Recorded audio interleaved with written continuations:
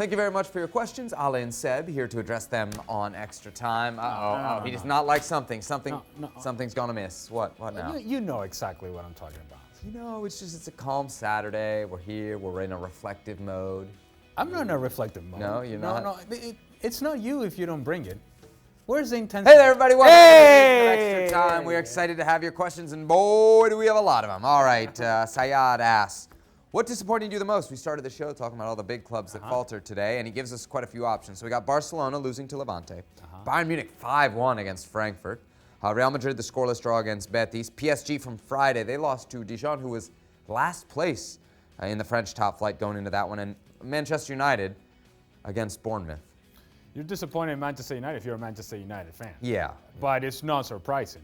That's not one that you go, oh, where did this come from? Never saw this coming. For me is Bayern Munich. The early red card, lazy defending by Jerome Boateng. It's one thing if you're playing a man down and you can lose that game simply because maybe Eintracht Frankfurt found some spaces, they got a goal, so be it, it can happen. But it's the way and the manner in which they lost. Maybe a little bit of a reaction late in the first half, but then second half was almost as if, all right, you know what? After that third goal, it felt as if they say, you know, we're moving on from this. We're not coming back from this. We're just going to be wide open. Go ahead, Eintracht. Score all the goals you want. We'll be fine.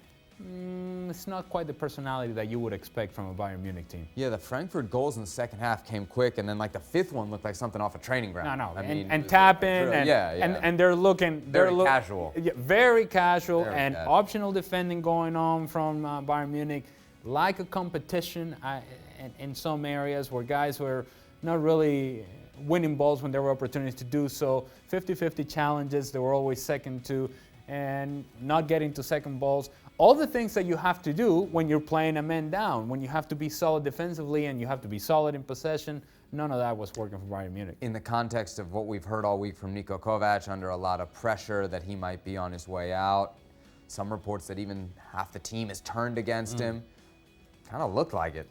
Well, and it doesn't Or there help. wasn't any evidence that that's not the case. It's not like the team was coming out and puffing their chest out and say, you know what, we're men down, but we're going to fight through this. It was almost as like, well, you know, it happens, so we move on. The other thing that is not going to help Niko Kovac is that coming into this match, he said, well, the Eintracht Frankfurt fans. Now those are some fans right Best there. in the league. He said, quote, best in the league. So you can't do that at any level, but you certainly cannot do that when you're the manager of Bayern Munich. And then he doubled down on the comments the next day. So he, it's not exactly digging himself out of any holes. All right, next question. Why comes Steve Nicol always look like he's upset at something? It is interesting. Sometimes Stevie does kind of get that, that like he's almost going to headbutt you or something. I think I may have been victim at one of those. There's some anger about Stevie Nicol. But if you know Stevie Nicol, like we know Stevie Nicol, it doesn't get better in terms of a quality of a guy. Oh, yeah. Now, there are certain things that are missing up in that brain. Let's not get crazy. He's crazy enough. But it's not that he's always angry. It's just he's a little bit old school. He's a dinosaur. And he's quick to an argument. But then he kind of moves on from the argument because it gets to the point to where he's moved on to something else. I love me some Stevie Nicol.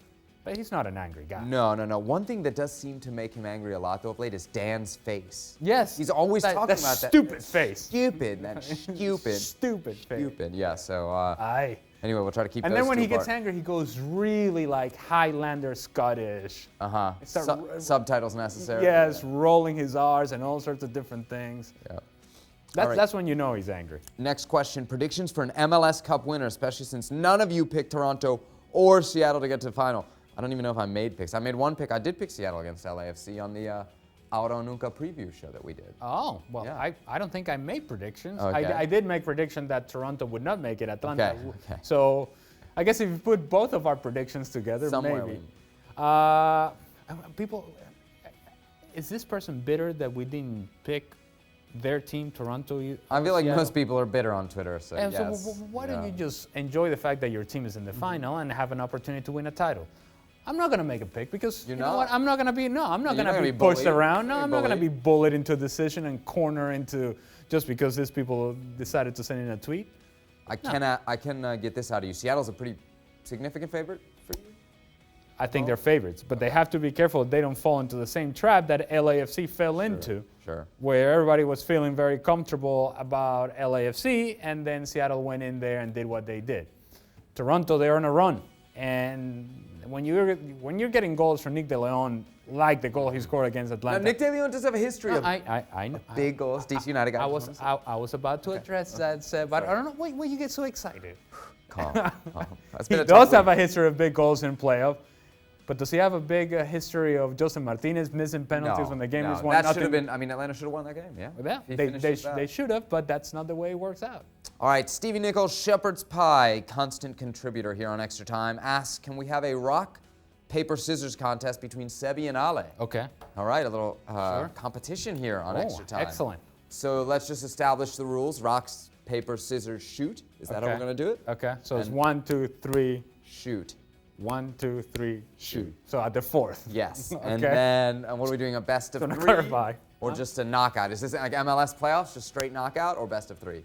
However you want it, Seb. You seem to care about this a whole lot more than I do. I got a train to catch, and MLS Cup playoffs have lured us in with this knockout format. So let's go with just the one Even and though done. we got our predictions wrong. Yeah, that's okay. That's what makes it fun. Okay. All right, ready? So at the fourth we're going. Yes. Okay. Rock, paper, scissors, shoot. No!